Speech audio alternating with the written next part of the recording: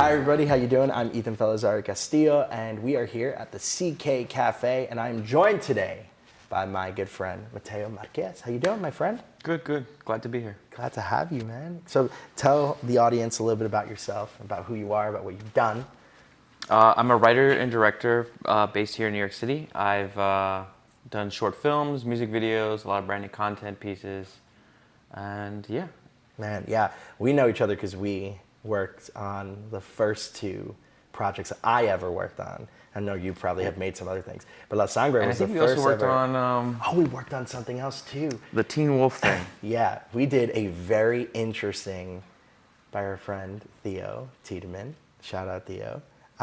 We made Where Ethan acted. Yeah, I did act. I acted and I was producing it. And it was a Teen Wolf, like prequel, fan-made prequel I don't series. even remember my role in that thing. I think you were the DP, maybe. Maybe that's probably accurate. I think that's what it was. And I think that was the actual first thing I'd ever done in film. But it hadn't come out yet, nothing. We were just like shooting random scenes whenever we could, because it was all just friends kind of doing favors. And then you and I had talked about, I think, soccer. I think that's how we got in the conversation, because I know you like Real Madrid. Yes. Madrid fan, man. Crazy. And I think that's why we said, oh, cool. Yeah, and then you're Latino, I'm Latino, and we started talking, I had this conversation, and then you sent me the first 4 pages of La Sangre de Nuestras Venas. Really? I'm never going to forget it. I read the first 4 pages, you sent it to me through Facebook Messenger. I don't even remember writing that short film. You don't remember writing it? I don't remember writing it. I feel like I remember every I know I single wrote it, thing but I about just don't remember like the actual process or like sharing it with anybody. I just remember being on set. Yeah, that's crazy. Yeah, I remember on set for sure. I remember the whole thing. You sent me the film, you sent me 4 pages, and you said, this isn't done, don't judge it, or something like that, but you're like, just read it and tell me if you like it. Wow. And then I said I loved it, and I was like, I'm interested to see where the story goes, because it's a very compelling story. And the pages you sent, I don't think were actually the first 4 pages of the script, but it was just 4 pages in general of like an idea. And I remember you sent me the full script later on, and then we just hopped into production like right away. We had very few. We did an Indiegogo campaign. I think we raised like $1,000. It was It was only 1,000 for sure, because that budget for that film was pretty small. It was like I think 2K after all was said and done, like because we did the sound at a professional sound place. Yeah. And but they like gave me a discount because I paid in cash. But it was wow. That film was, you had a lot of friends on that film because you were in school at the time. Yeah, I was still at Hunter, so a lot of people came on, and it was like this. It was my last or second to last year at Hunter. It was like because I had met the DP Mike Gioloretto at Able, because I was getting the like intern credits or whatever. Yeah. And he had the camera. No, he didn't have the camera. That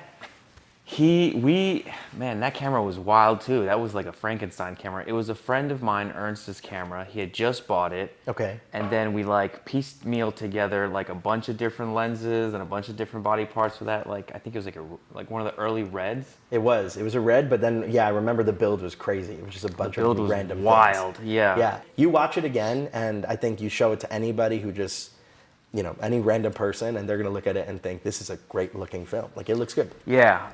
I've been lucky to have great looking films, and that it was interesting because at that point I had tried to make a short film and like 3 or 4 times and had never been able to finish one. That's crazy. Because I was like that was your first one you ever finished? Yep. Oh wow. That's why it was like such a huge accomplishment, because the last night we did the party scene and it was just like, oh, we did it, I did it. Yeah. Right? It was I remember that whole everything. It was this. It was in the summer, so that shoot went late because it gets dark late. Yeah.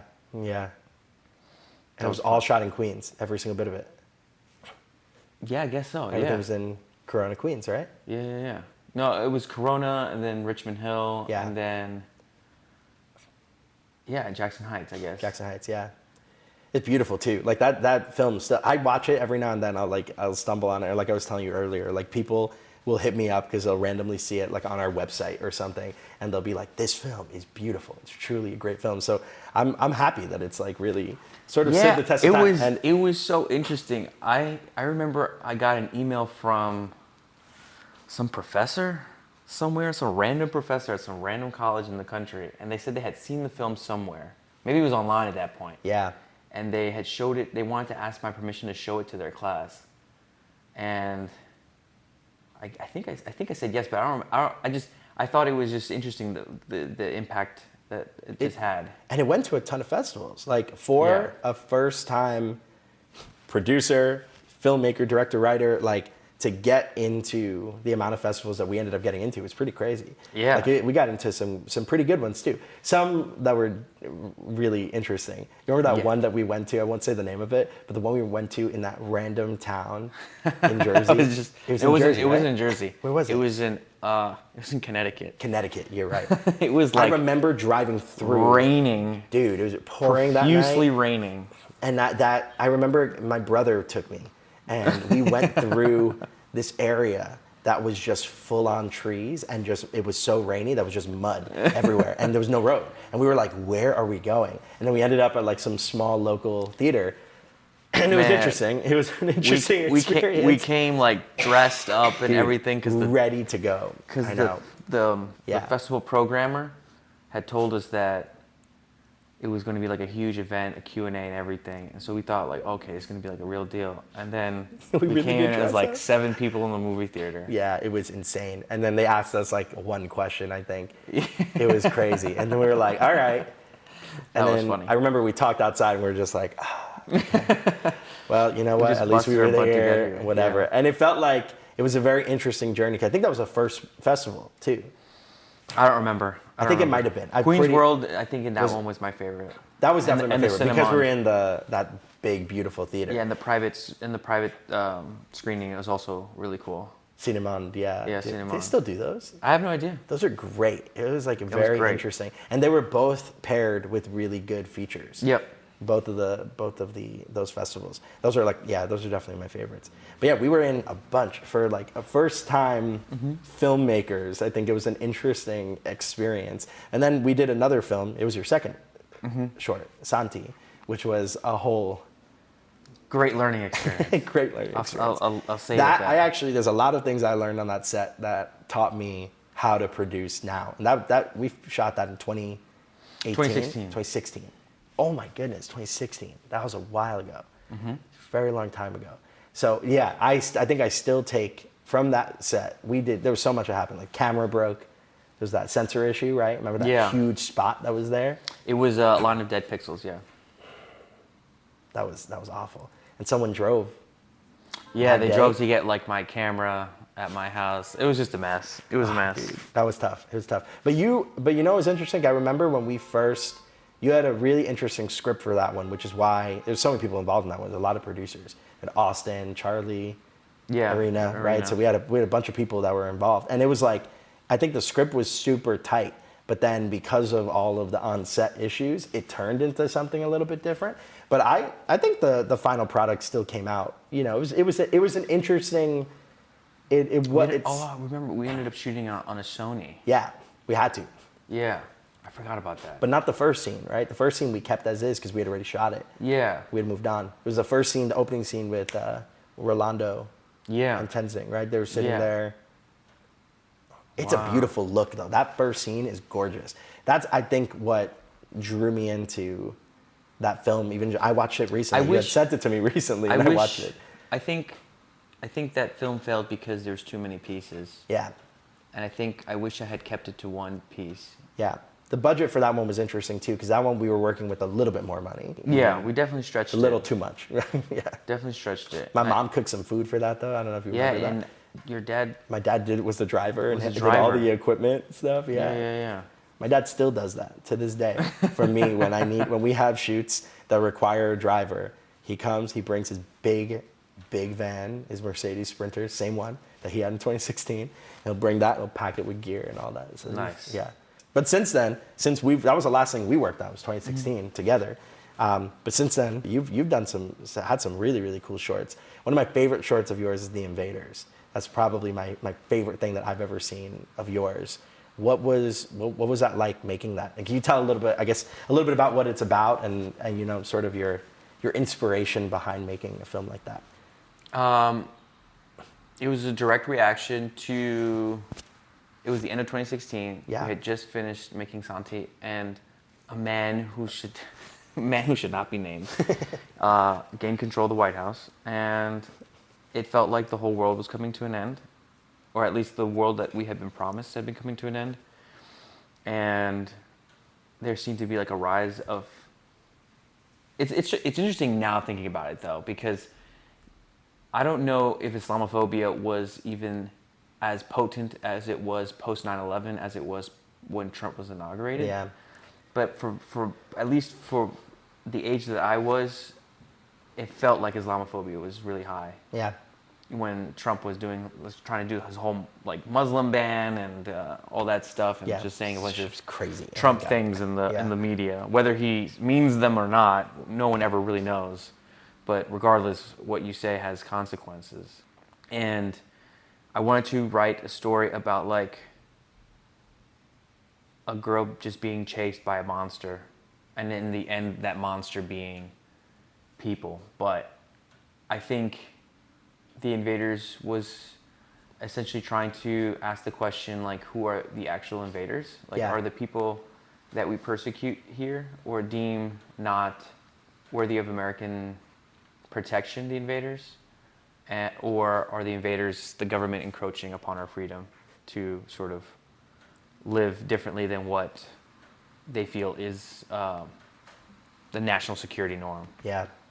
It's a beautiful film, and I think you always do this really well with your films. That you have a really good grasp at like telling stories that I think matter and that are important, but in a very interesting way. And I think especially with your new work, like all of your new things that you have worked on and that I've seen of yours, like it knows the story that's trying to tell, but it does it in a way that's digestible for anybody. Mm-hmm. And I think that's what makes Invaders so cool. Like, it's a horror film. Like, it's at the end of the day. It's we tried to play up all the horror tropes on that one. But you do it in such a way that it feels, I don't know, to me, like, when I first saw that film, I was on the edge of my seat. And then, like, when you, like, the grand reveal at the end, or just, like, how you feel at the end, really what you take away from it, it's such a great way to tell that story, because so many people don't listen otherwise, right? It's like, I always find that anytime I'm writing too, like, or just making anything, I'm like,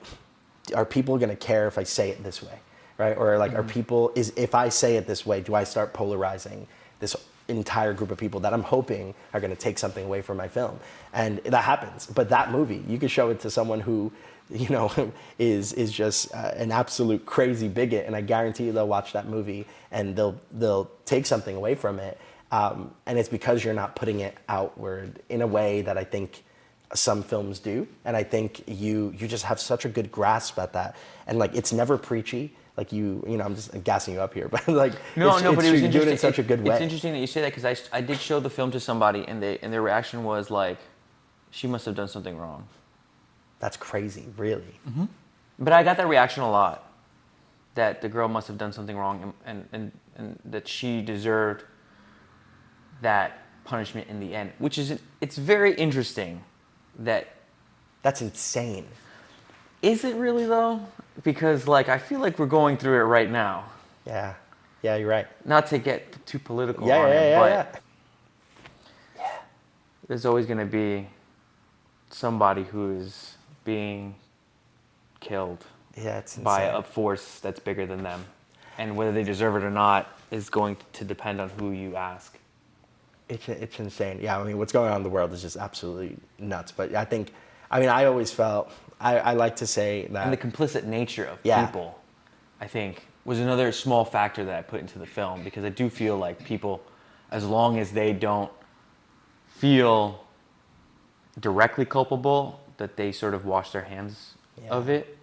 And I don't know. I mean, just a lot of stuff right now in the world. But I think one of the best things that people can do, especially people like us, is it's so easy to feel so helpless and hopeless.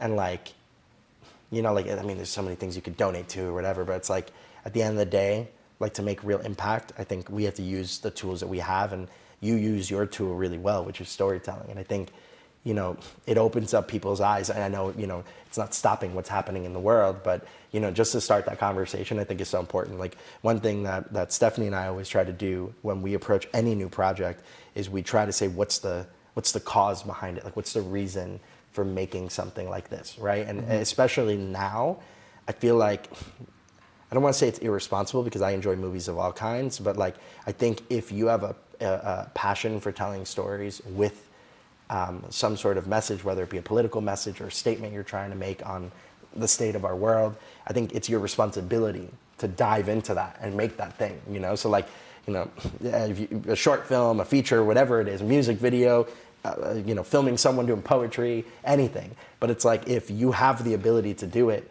I think it's like almost your responsibility to do it in a weird way, you know? And I think you handle it really well. You take it, I don't know. I think you just do it so well, man. I love. That's why I love your work. So, you know, on that same topic, I mean, one of the things that I know that you do a lot is you put immigrants into your stories, and specifically, I mean, a lot of the work that we've done together, and a lot of your work is in Spanish or, you know, featuring Latin actors or you know, Latin stories. So, can you talk to me a little bit, I guess, why you like to do that besides just being Latino and that being your experience? Like, what's the reason why you like to feature immigrants and immigrant stories in the forefront?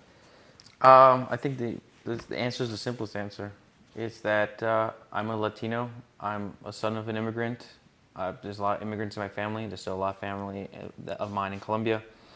But it's just something I relate to, and it's part of the fabric of my world. And I can't separate the two when I write. Yeah. But I think there's an interesting story, interesting use of words that you use there, Latino stories. I don't know what that means anymore. Like, I don't know what Latino stories are. Yeah. And so I think of my stories as Latino stories, or at least from a Latino perspective, a Latino American perspective.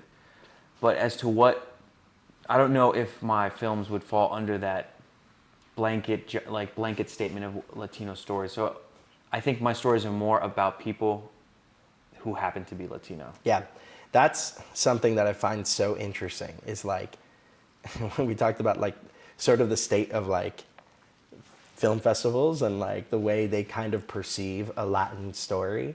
You have a film that you're in the festival process right now. Can you talk about some of the difficulties you've had, I guess? Because we had this conversation. I thought it was such an insightful conversation because you're right. Like Latino stories, what it means to us versus what it means to other people, especially non-Latin people, I think are two different things, right? Yeah. I mean, I think that being Latino is such a weird thing because it encapsulates like a variety of people who are different, who have different customs and cultures, all the way from being like the darkest dark to the whitest white. Yeah. And it's just such a gray culture, right? Like, just like a Mexican is not the same as a Colombian or an Argentinian or someone from Guatemala, you know? Like, it's just they're so different, and their experiences are different, their cultures are different, their histories are different. And to sort of blanket statement everybody into one umbrella is sort of disingenuous. And like that, if your experience isn't what the categories of being Latino is, like speaking Spanish, eating certain things, or dancing, or being over-sexualized, or anything like that, then like it sort of diminishes it. And so my experience with my films has always been like, unless my thing falls under that sort of category, the story that I want to tell falls under that category, then I'm sort of like cast to the side as not being a Latino, telling a Latino story, even if my cast is fully Latino and my crew and everybody is Latino. That, you know, I always make the same comparison to like Birdman or The Revenant, you know, or Pinocchio. Like the people behind those films are all Hispanic. Their perspectives are all Hispanic. Yeah. And they're so the things that they've lived, the way that they think, and the way they speak, and the way that they express themselves, and all tell that story. Yeah, going to come be from from that perspective. Yeah, a Hispanic perspective. So, I guess, where does the line draw as to what is a Latino film and what is? I mean, in theory, we should all just like, it's just a film. It's just a film. Yeah, no, totally. It's interesting though. Yeah. I mean, it's something that I think, and you see that a lot with like executives and people, even in the indie film scene, like even just indie film executives and smaller production companies, like when they want to tell stories of Latinos or a specific group, you know, even if we're not saying Latin people, just a specific ethnic group. They want that story to be about, like, I've noticed that be about that specific experience of like, oh, what is it like to grow up in a Latin household? And I think those stories are so important. I mean, they're great. Every time I see a story like that and it's done well, I'm like, hell yeah. You know, I saw Blue Beetle and like, we talked about superhero films before and we were saying how we're kind of over a lot of them. Blue Beetle was one that I saw. Did you see it? I didn't see it. I only wanted to go see it because there was Latin people in it. And I said, you know, I want to go see a cast of people that I think represents the way I grew up and the family that I had. And I want to see that on screen. And I saw it twice. I went with my girlfriend, then I also went with my grandparents, and I love that movie because what it did was it was a little tropey and a little silly, totally, of course. Any movie like that is gonna have that. But it brought Latin people into a world that it doesn't exist, right? Like Latin stories in that sense didn't exist. But I don't look at a movie like Blue Beetle as being the only Latin story. And that's a problem. I think a lot of executives see a story like that and see a film like that and go, yep, we need to make more of that. But to go back to the other question, to go back to the first question, I think that's a topic that only exists here in America. I think so too. Yeah, totally. Because you go to Mexico, it's not a Mexican film, it's just a film. Of course, just a film. Yeah, you know? And I think that's sort like of... Roma is just a film. It's just a movie, and yeah, of course. And I think that's the thing, is like telling these stories from like a Hispanic American perspective. That's where it gets a little tricky and a little dicey. And I've talked to, you know, black friends of mine or friends from, you know, the Middle East or whatever, and wherever country they're from or whatever culture they're part of, them wanting to tell their story but not wanting to tell the tropey version of that story, wanting to tell a fucking rom-com, and they just happen to be, you know, from a certain country. And like, that can happen. And those are the stories I think we want and we need. And I love that you've been putting an emphasis on that with your films, where like maybe some of them are heavily about, you know, a cause or a certain topic, but some of them are just, hey, here's a little glimpse of a story and this person just happens to be Latino. I think it's great. I think it's a wonderful way for us to start, you know, breaking into film even more in the States again. Yeah, because to say that Latin people are not doing amazing film in the world would be a disservice to all the amazing films in Mexico and Colombia, Argentina, everywhere, you know. Well, what are you working on right now? You working on anything right now? What's your slate look like? Just writing. I've fallen in love with screenwriting. And what's your, you told me that you were doing a screenwriting class, right? Or like a workshop? Yeah. It's dope. How's it going? It's going well. It's going well and it's going not well. I'm like pulling my hair out on this script because I keep going back and forth as to whether or not the structure of it makes sense. And I'm coming to terms with it that like, it's one of those films that's just not goal oriented. It's just sort of like... What do you mean by that? You dive in. Like a regular 3-act structure has a protagonist that goes on a hero's journey. Yep. And they have to, you know, they have a goal and then they face adversity and then they have to decide whether or not they're going to change to reach their goal.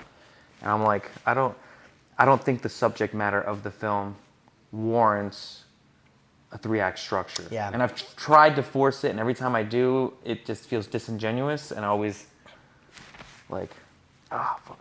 You know, like... What do you find is the hardest thing for you when approaching, you know, as a writer? Like, what's the thing that you feel is the hardest for you? Is it like the beginning, like putting pen to paper and the outlining, or do you feel like ideas come to you quickly? It's like the structure of it. The outline is the hardest part for me, and I have to outline, or else I'll just write, and then like I need some kind of structure before I write. That's dope. Even though, you know, there's so many things about like Save the Cat or whatever that no one likes and thinks is just like total BS. But for me, before I can break the rules, I have to learn them and master them, and then I can do whatever the heck I want. I think that's great. Yeah, I find that I do not outline, and I think it's so funny because so many people tell me you should outline more. And every time I do, I feel like I'm doing... I think that's like part of everyone's process. Everyone just has a different process. For sure. I find for me, where I succeed most when I'm writing is like just straight up go to my computer, log on to my program, and just start writing things down. And like I'll outline sort of as I go, but I struggle I a can't lot. do that. I struggle a lot to outline. I feel like when I outline, I start losing myself into making the outline as perfect as can be, and that's not the project. Like that's not the point of what an outline is. But in a project I'm working on right now, it's a feature like that I'm writing completely from scratch. The first feature that I wrote is adapted from a play, which is what we're working on right now, and we're in the very early stages of it. But that was very different because you're grabbing those words and just sort of translating them for film and finding a way to tell it. This one that I'm working on next is fully original, and I am outlining a little bit more, and it's proven to be very helpful. But yeah, it's Probably helpful for investors as well. I think so. Yeah. Well, that's a weird part. Like with our other film, the one that's adapted from a play, what we're doing is we've sort of had to go backwards now because I didn't have an outline for it, and now we're having to like dissect the script to make the outline for our decks and our pitches and all of that. So it's interesting. It like kind of, but I think, it's so hard because there are rules and there's also like no rules, and like there can be, and there's scripts that I know have been created that have just been. There's been great movies that have like the perfect 3-act structure, and then there's movies that have like nothing destroy happens. that structure, and it's great. Yeah. Like I don't think Roma, talking about Latin American films, I don't think it has a structure at all. At all. Yeah. It just feels like a story, fantastic like a moment. film. Yeah. One of my favorite films of all time. That's a beautiful movie. Yeah, it is a beautiful film. Yeah, man. Well, I'm glad to hear you're doing a bunch of stuff, man. You have a Thank you. lot. And you as a well. lot. Thank you, man. Thank you. I'm excited to see what you do next. You have your short is going to be hopefully playing in some festivals soon. We'll see. What's the name of it, if you want to just say? It's called Oso. Oso. Yeah. The trailer's out. It's just figuring out who's going to take it. Yeah. Well, we're pulling for you, man. Thank you. All right. So to end this, we're going to do something we like to do here, a little tradition, some rapid fire questions. So first, what is the best filmmaking advice that you've ever received? It's all in the screenplay. It's all in the screenplay. Oh, that's great. Yeah. What do you elaborate on it? If you don't have a good screenplay, you're probably not going to have a good movie. No matter how good the acting is, no matter how good the cinematography is, it's like the Bible for whatever it is that you're getting a bunch of people together to do. That's beautiful. Yeah, I think it's so true. Yeah, if it's engaging on the page, it's going to be engaging visually. It also helps you make decisions like, should my character walk over here? Should we put the light? Where should the camera be? Well, what's the point of the scene? Yeah. Then that dictates sort of the ebb and flow of the. It's all in the screenplay, man. I'm gonna be thinking about that every time I work on a script. That's great. Okay, this one's a little bit of a hard one, but what are your 3 favorite films of all time? Of all time. All time. And if it's not all time, you can choose. Like maybe it's this year, whatever you want to do, whatever makes you feel most comfortable, whatever you can actually think of. Can I count a trilogy as one movie? Sure. Yeah. I would say the Lord of the Rings trilogy. Okay, that's one. Still, those movies have affected me so much. Probably because they came out right as I was like 6-7 years old. Sure. Yeah. These movies are great. Yeah. Taxi Driver by Scorsese. I think there's not enough good New York movies. I think there's a lot of films about New York with people who don't understand the monster, who are not shaped by the monster that is New York. Yeah.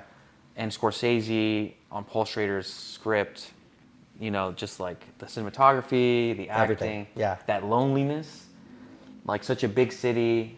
There's like so many people here. It's busy all the time, but there's that loneliness and that palpable, like gritty, dirty energy that is New York City. Yeah. And that movie just captures it so well. Beautiful. I love that movie. It still resonates to this day, probably even more so than before.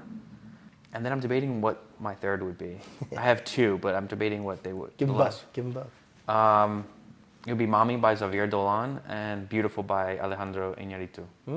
Okay. Seen Beautiful. I've never seen the other one. Was it? Mommy? Yeah. Yeah, it was great. It was came out in 2015, and it was shot on a 1:1 aspect ratio. Oh, crazy. Cool. And yeah, it affected me and like the power of like music and cinema in a way that I didn't expect before. Oh, amazing. Cool. All right, and since we talked about writing and you being super focused on that, and that's sort of being your, I guess where your head is at. Who's your favorite writer, or maybe director-writer combos? Because that's where you are. You're an amazing director-writer. So like, do you have anybody who you think of? In terms of screenwriting and directing, Would you count Scorsese as? I would say so. Yeah. He has written in. He doesn't write much. But he does. But I mean, he like does Killers rap. of the Flower Moon was. Yeah, he wrote it with. I think for me, like, it ebbs and flows. I think to ask like who's your favorite like screenwriter or screen director or whatever, it's just sort of like who's fancying you in the moment. So I would have to say Scorsese right now. Right now, yeah. You love Killers of the Flower Moon, right? Yeah, I think it's the best movie of the year. That's your best picture lock. Yeah, 100%. Yeah. 100%. I love that movie too. I've seen it twice. Oh yeah? Yeah. Man, that's a long one to see twice. Yeah, that's what, like 7 hours? Yeah. Nice. 7 hours of your life given to that movie. Hell yeah, man. Well, dude, thank you so much, man. It's been a great conversation. Thank you for having me. I appreciate it. Thank you so much for watching, everybody. We'll see you soon. Cool. We're good. Yeah.